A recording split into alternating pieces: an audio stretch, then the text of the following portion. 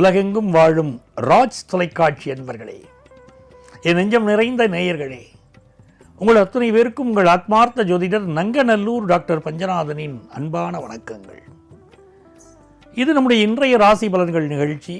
இன்றைக்கி நம்ம மார்ச் மாதம் 1ஆம் தேதி, மார்ச் பிறந்தாச்சு. இன்னைக்கு மார்ச் மாதம் 1ஆம் தேதி, மார்ச் ஃபாஸ்ட் அப்படிம்பாங்க இல்லையா? அந்த மாதிரி இந்த மாதமும் வேகமாக போகும்.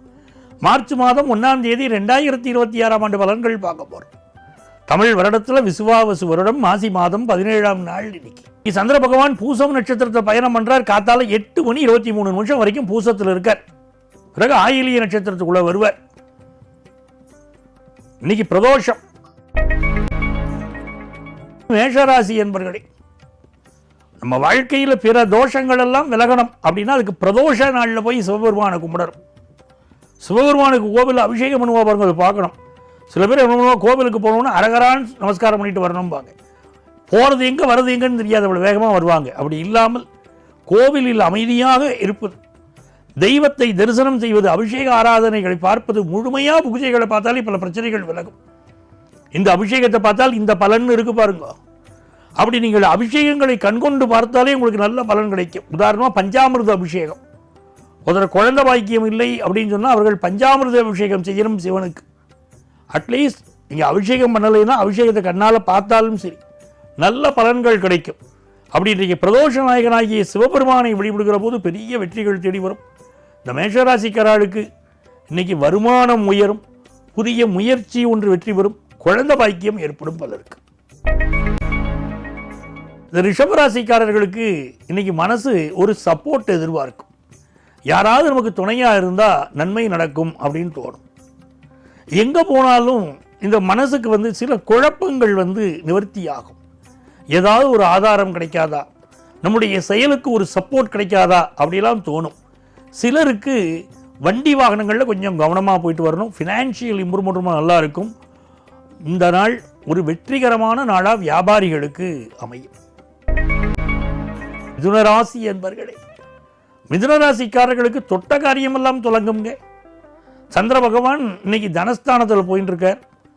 இந்த மிதுனராசிக்காரர்கள் யாருக்கு ஸ்கின் ப்ராப்ளம் இருந்தாலும் இன்னைக்கு மெடிக்கல் ட்ரீட்மெண்ட் எடுத்துக்கலாம். ஸ்கின் டாக்டரை, டெர்மட்டாலஜிஸ்டை இவாளை பார்ப்பது என்பது உங்களுக்கு பூரண உடல் நலத்தை பெற்றுத்தரும். அது மிதுனராசிக்காரர்களுக்கு மட்டும் இல்லை, 12 ராசிக்காரர்களும் இன்னைக்கு ஸ்கின் ட்ரீட்மெண்ட் எடுத்துக்கலாம். பெரிய வெற்றி கிடைக்கும்.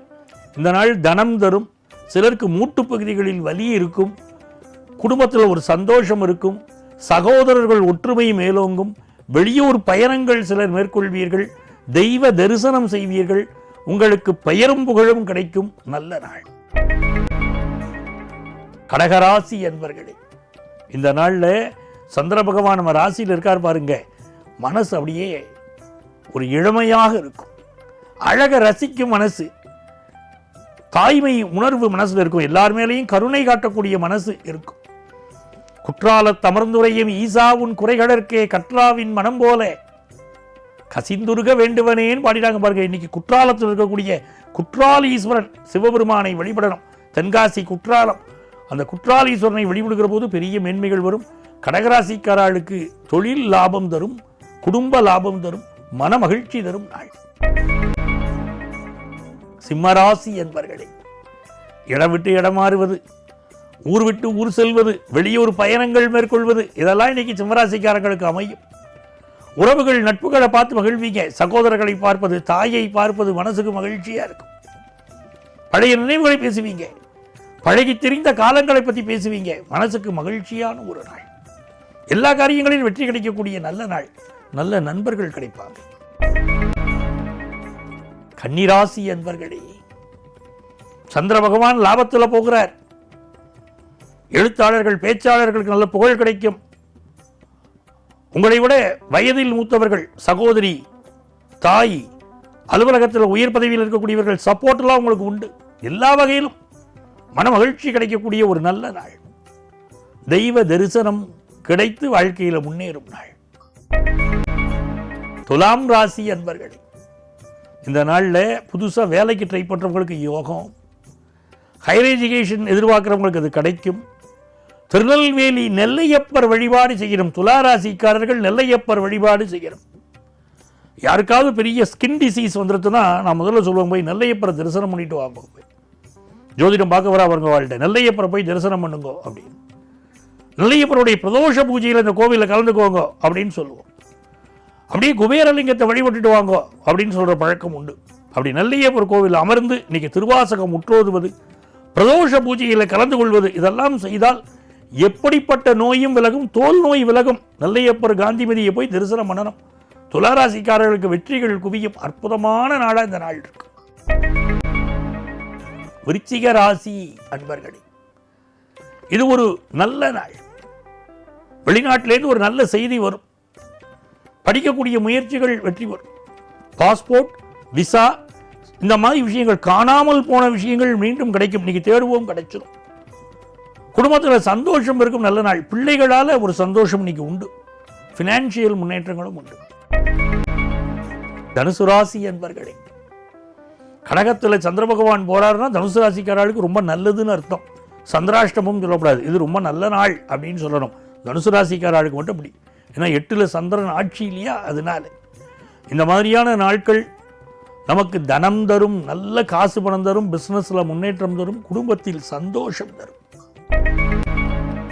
மகர ராசி என்பர்களே, ஒரு நல்ல பிசினஸ் பார்ட்னர் கிடைப்பார், நல்ல நண்பர் கிடைப்பார், திருமணத்திற்கு நல்ல வரன் அமையும். இந்த நல்லங்கிற வார்த்தையை பார்த்துக்கணும். திருமணத்திற்கு அருமையான வரன் அமையும். திருமண தடை ஒரு ஜாதகத்தில் இருந்தால் அதற்கெல்லாம் அற்புதமான பரிகாரங்கள் உண்டு. ஜாதகத்தில் திருமண தடை இருக்கு அப்படின்னு சொல்லிட்டா அவர்கள் பிறந்த கரணம் என்ன கரணம்னு பார்க்கணும். அந்த கரணநாதன் ஜாதகத்தில் எப்படி இருக்காருன்னு பார்க்கணும். அதற்குரிய தெய்வத்தை பிடிக்கணும்.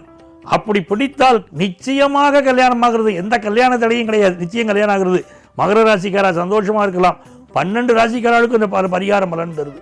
அவர் ஒரு ஜாதகத்தில் படி அது வித்தியாசப்படுறது. அது பரிகாரம் அவ்வளவுதான்.